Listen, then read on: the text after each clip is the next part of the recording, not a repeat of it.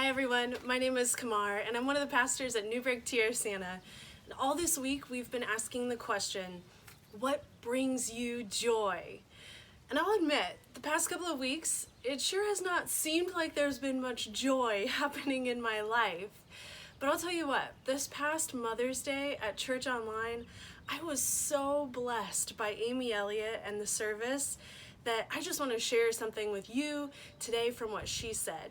She read out of a passage in Philippians chapter 4, verses 12 through 13. Here's what it said. This is Paul, by the way, talking to the church at Philippi. And at this point in his life, Paul had seen a thing or two. He knows a thing or two about a thing or two, okay? He's had a lot, he's had a little, he's had high positions, he's been beaten and tortured, and everything in between. So these are his words to the Philippians in chapter 4, verses 12 through 13. I know what it is to be in need, and I know what it is to have plenty. I have learned the secret of being content in any and every situation, whether well-fed or hungry, whether living in plenty or in want. I can do everything through him who gives me strength.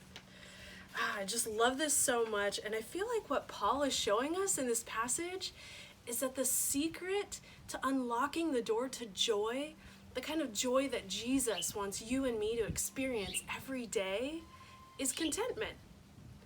And Amy taught us this weekend that contentment is being thankful for the things that we have right here and now, no matter what our present circumstances are, right? It's the opposite of that feeling of like, if only I could have this, then I'll be happy. Or when I get bigger, better, more, then I'll be happy. And contentment, Paul is telling us that the key to joy is not bigger, better, more. The key to joy is contentment. So I wrote out a list of 10 things that I'm thankful for in my present situation. And if you've ever done this exercise before, you might be like me where it's a little bit of a slow start at first, right? The first couple of things are a little bit like, I'm thankful for birds that sing. You know, you're just trying to get something out. But before you know it, it's this snowball effect, like a snowball going downhill, turning into an avalanche. It just gathers speed and momentum. And pretty soon, you're just wanting to dance. There's so many things to be thankful for. So here are my 10 things. And here's what I noticed about my 10 things. The first 5 things ended up being things that I was thankful for and things that I could be thankful that I could still enjoy even in quarantine. The second 5 things, this blew my mind. The second 5 things were things that I could only be thankful for because of quarantine. You'll see what I mean in a minute. Okay, here's my list. First thing on my list that I'm thankful that I still get to enjoy. Runs in my neighborhood. Pretty simple. That didn't go away. I can still run around my neighborhood. That's great. Second thing, Cora, my daughter, and her excitement to see me when she gets home from school. Oh man, that feeling is like nothing else in the world. It gives me a smile from ear to ear. Third thing, comedy specials and sketches that make me laugh. I love to laugh. You know, the other day I found this perfect spot in a text thread to use the gif of Kenan Thompson playing Oscar Rogers in the Fix-It skit. You guys know what I'm talking about? Oh, it was hilarious. I cracked myself up. I laughed for 10 minutes. Okay, fourth thing that I'm thankful for, even in quarantine, music. Music, we still get to listen to, stream music. It's great. Fifth thing, feeling calm and energized after a yoga practice. Oh, I love that feeling. It's so good. Okay, second half of my list, these are the things that I realized I can only be thankful for because of quarantine. It totally changed my mindset about our present situation. Okay, number 6, drives along the coast with Cora and my husband Andrew. We didn't have time to do that before quarantine. We just didn't, and now we do. Number 7, family walks. Another thing that we didn't really have time to do. After work, it was just dinner, bath, and bed as quick as we could.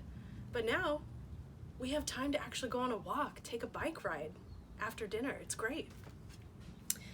Number 8, hugging my husband during the day. I never get to do that. We work in separate places, but now we work from home on different things, but in the same office. I get to give my husband a hug during the workday. It's awesome. Number 9, less commuting in traffic, which means more time for quiet reflection. I don't know, some people have been all over the internet talking about how they have so much time now. So what have you turned your time into? I've been able to turn mine into quiet reflection. As a mom with a toddler, I don't get that very much, so it's been a real blessing. And the last thing, saving money at a new pace and with new intent. Now I realize not everybody has been as fortunate during this quarantine. And I'm just super thankful that, in the first week of quarantine, 30% of our expenses were cut because we couldn't go anywhere and we couldn't do anything. And then we did take a little bit of a pay cut at home with Andrew's salary, but it wasn't that much.